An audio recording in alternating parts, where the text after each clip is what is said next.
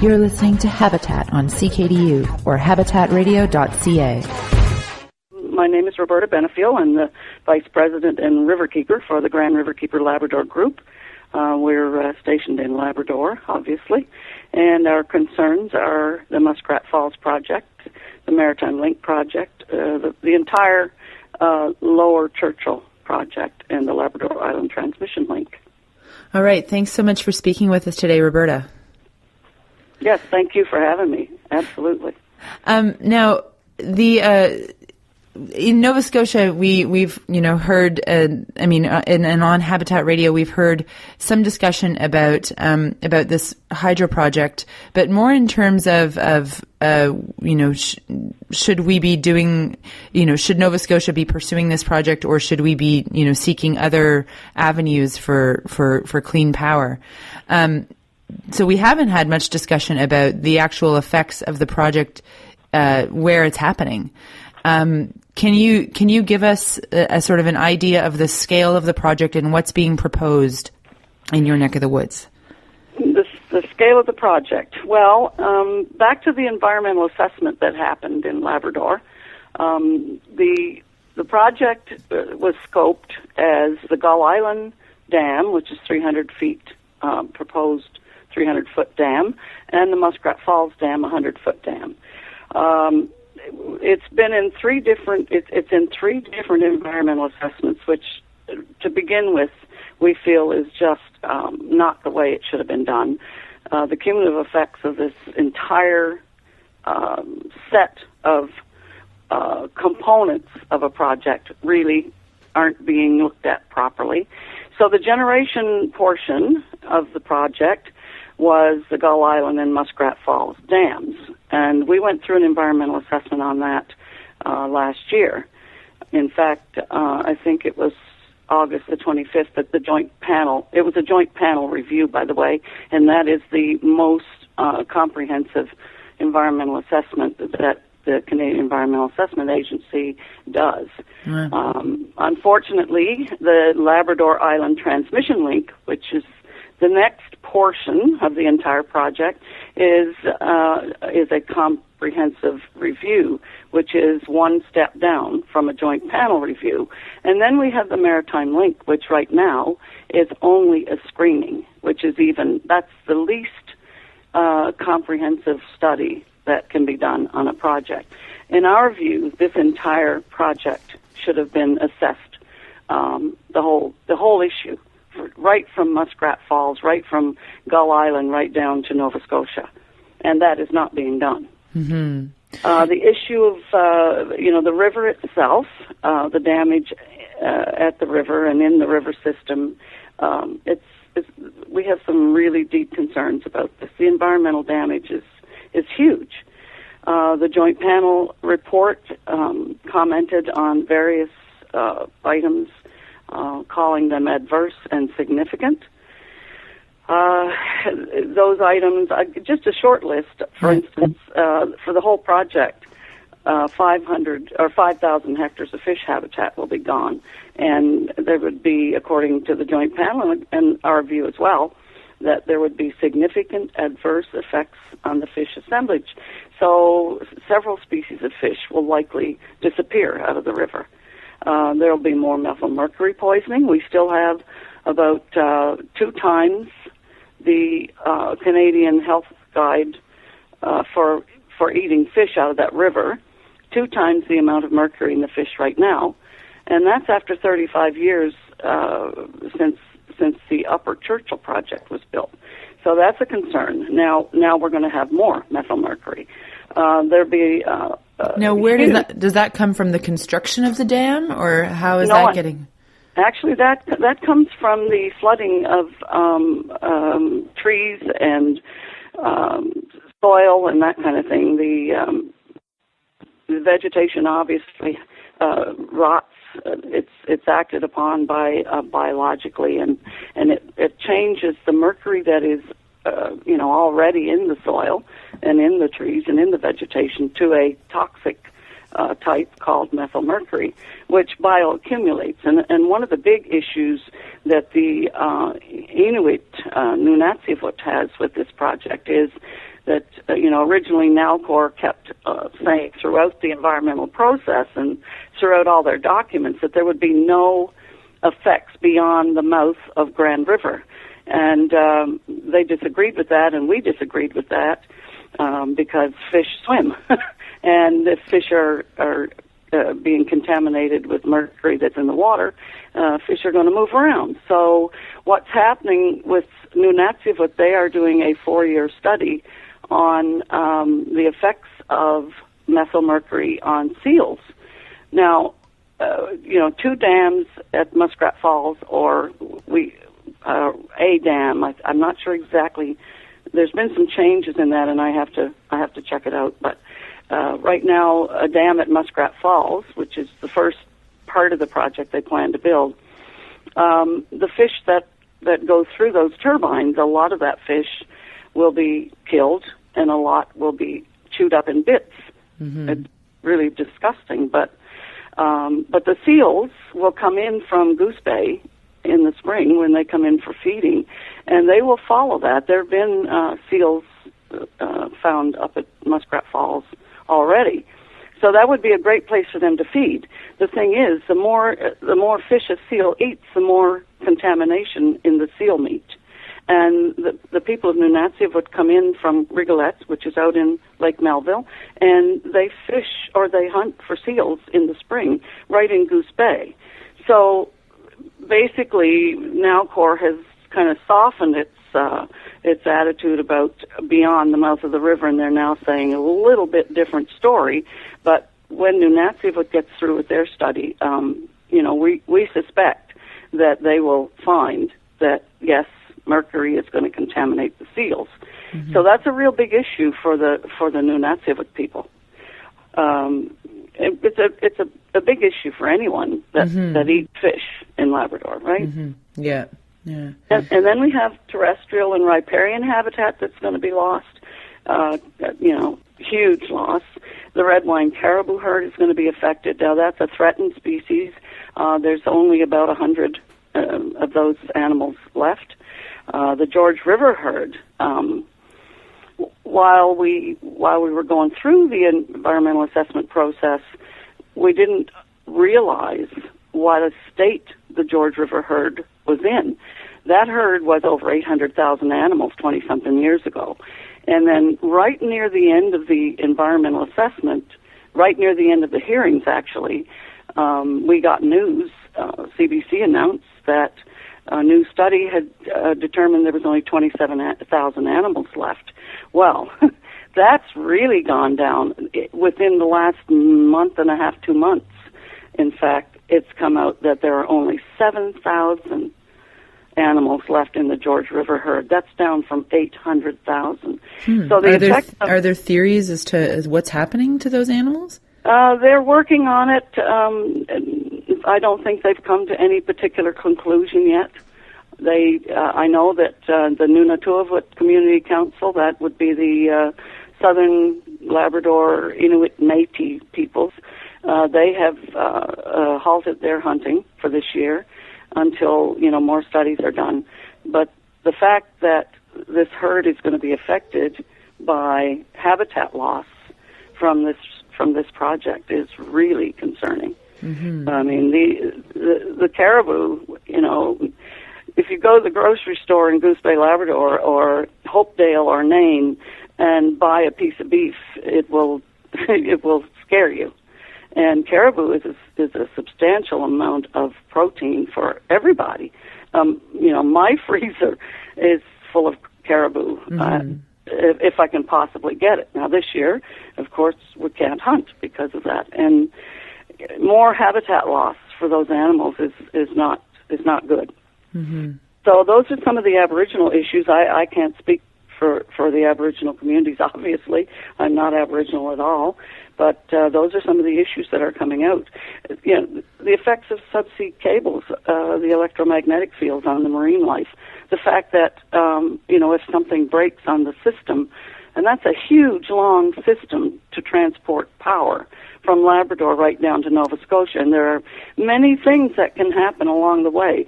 2 sets of subsea cables, the power lines on the northern peninsula of Newfoundland will be going through a mountainous area where ice storms, weather is just horrendous at times. So there could be breaks in that line, and when there is a break in that line, the return cable could be broken by ice birds or a ship or whatever. When that happens, the whole 500 megawatts of power that's running through those lines gets dumped right into the ocean.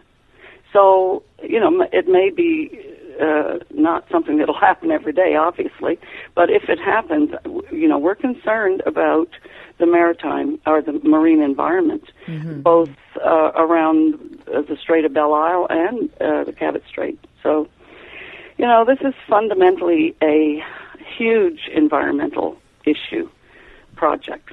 Yeah. It's the 7th largest river in Canada.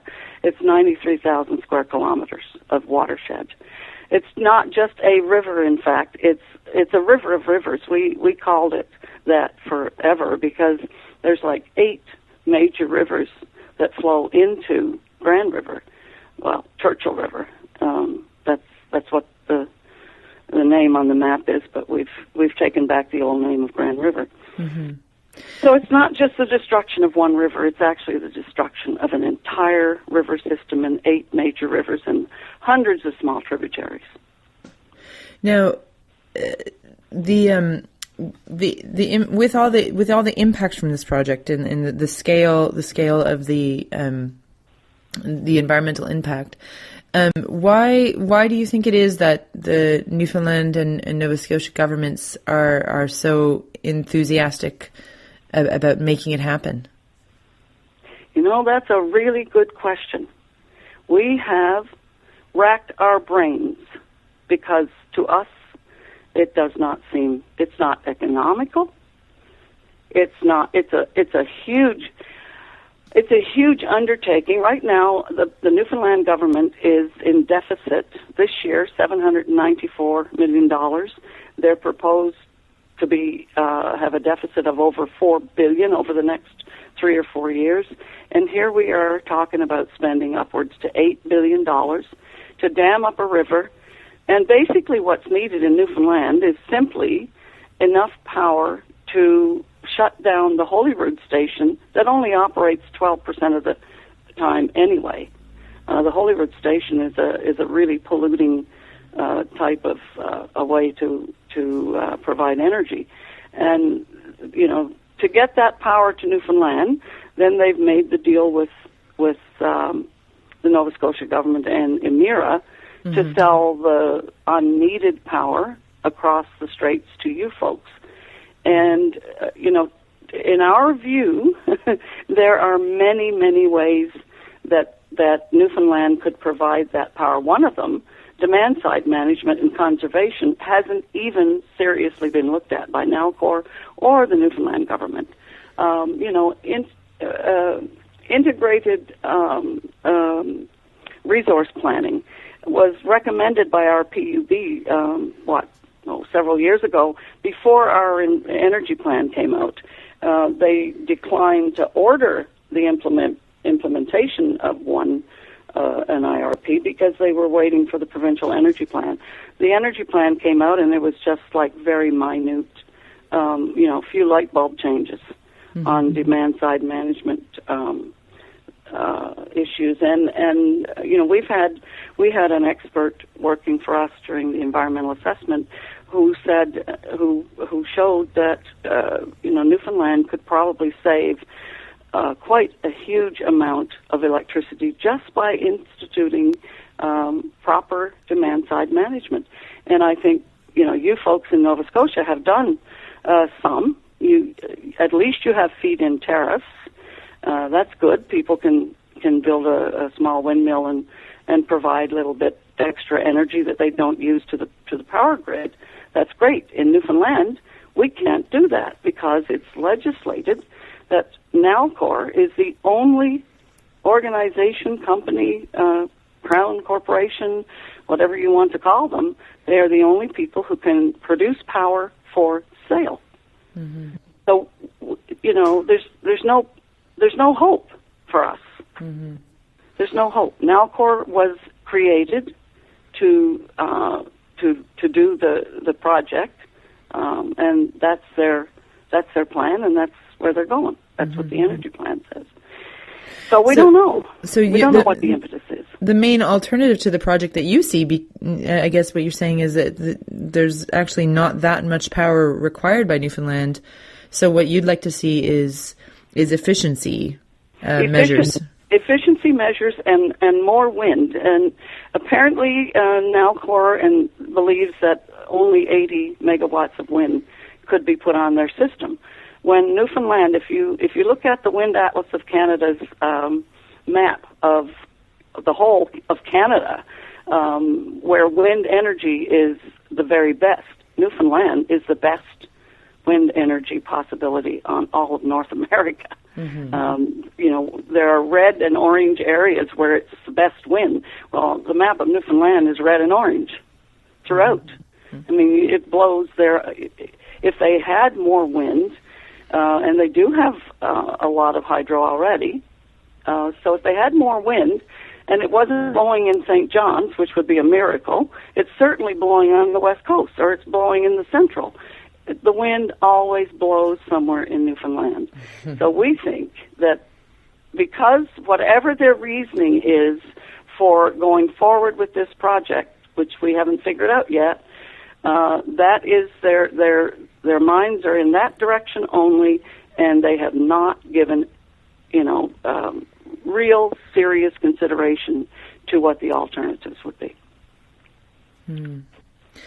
Now, you were in Halifax, and Wolfville to talk to people and show them a film detailing some of these issues. Can you tell us a bit about the film that you were screening last night?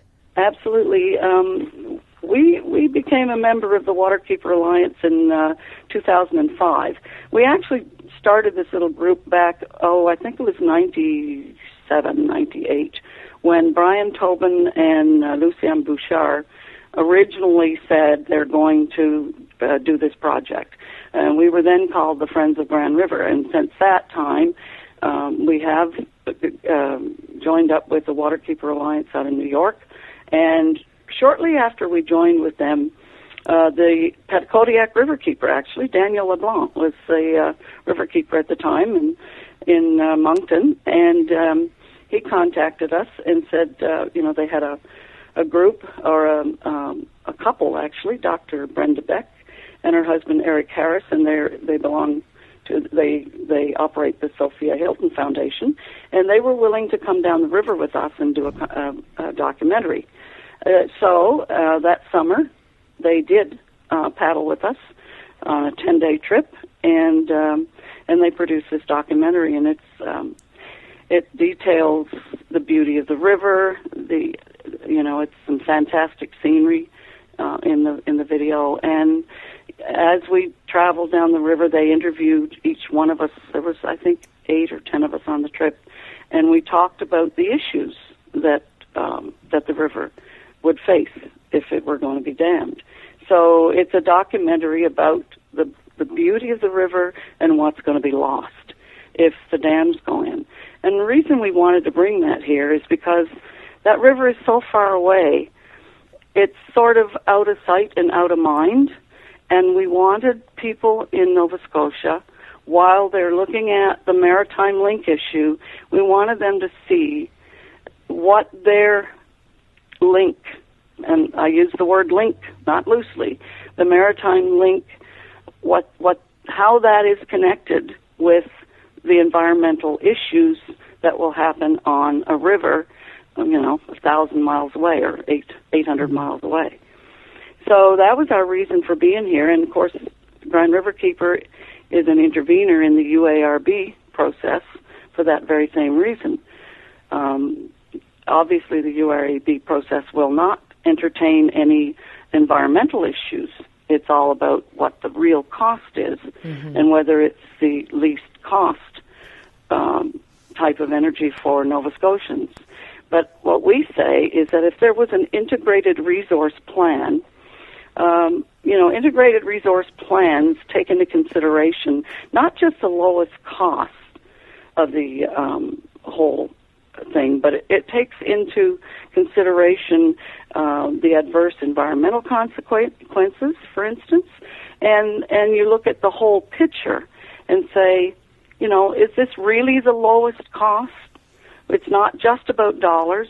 It's also about, damming rivers or what other environmental damage can be done.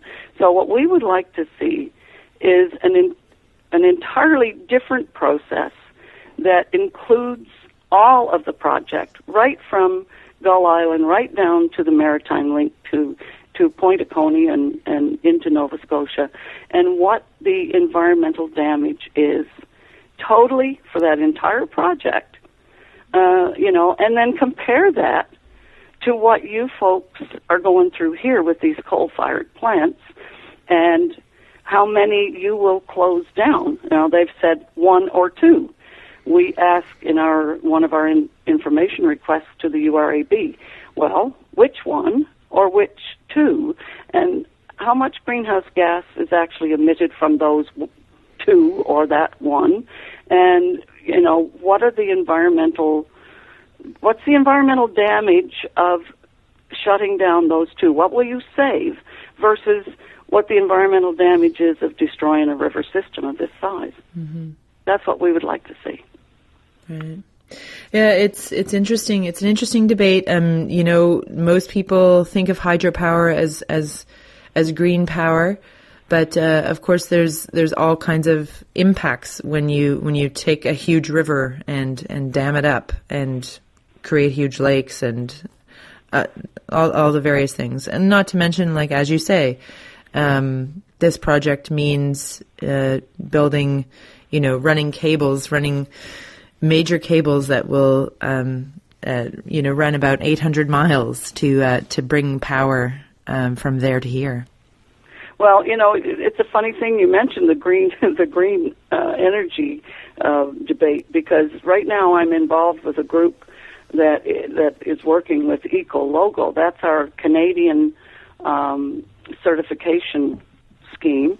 They certify various different things, and they don't have a certification process yet for hydro projects. So I've been involved with that for about a year and a half, along with some industry folks and some, producers of energy, buyers of energy, some Aboriginal groups. And we've gone down through criteria after criteria. We've talked it back and forth. And as of right now, the Grand River project would not ever qualify as green energy. Not a chance. There's just too much environmental damage. And, there's a low-impact hydro institute in the United States. We looked at their criteria. There's no way that this project would ever qualify as green energy there. So to say that it's green energy, I think people need to understand that, sure, it may be a little greener than coal-fired plants, but you have to look at the extent of the damage, the extent of the environmental damage that's done with a huge river system like this, and the extent of environmental damage that will be saved if you shut down, let's say, 2. Let's give them the benefit of the doubt, and they shut down 2. Let's look at that. All the environmental damage, not just greenhouse gas, not just greenhouse gas emissions. Projects of this size emit their own greenhouse gas. When water runs through the turbines, methane is kicked up into the air, released into the air, and methane is, some scientists have said it's 20 times more damaging than greenhouse gas. Now, granted, it's not a huge amount with this, but let's consider it all, and let's look at it seriously from the environmental side, and not just push, the cost side. It's a cost to all of us in this region to lose another huge river. Mm-hmm. It's a cost to the earth to lose another huge river. Look how many rivers, according to the World Commission on Dams report, Dams and Development, there are over 45, this was in 2000, there are many more now, there were over 45,000 huge dams and rivers that had been impacted throughout, and most of them in the Northern Hemisphere. So what are we doing to our climate? What are we doing to the earth and freshwater systems with all these dams and this one is huge. This is not a small river. Mm-hmm. This is like 500 kilometers from where you put in. It takes us 10 days to paddle from where you put in at the tail race where where Churchill Falls is until you empty into Goose Bay. That's a huge river. Mm-hmm. That will become 2 long reservoirs if both those dams are built, and all the implications that come with that. Mm. So that's why we came. Yeah. We want people to understand that there are a lot of people in Labrador who are against this project. There are a lot of people in Newfoundland who are against it, and one of the big reasons in Newfoundland is the price. The people of Newfoundland are going to pay for this project. It's been legislated that our Public Utilities Board is no longer able to look at Nalcor's rate increases and approve or disapprove them. That is now going to be done by politicians. Oh, wow. That's a scary thing. Mm-hmm. So you are in town for how much longer?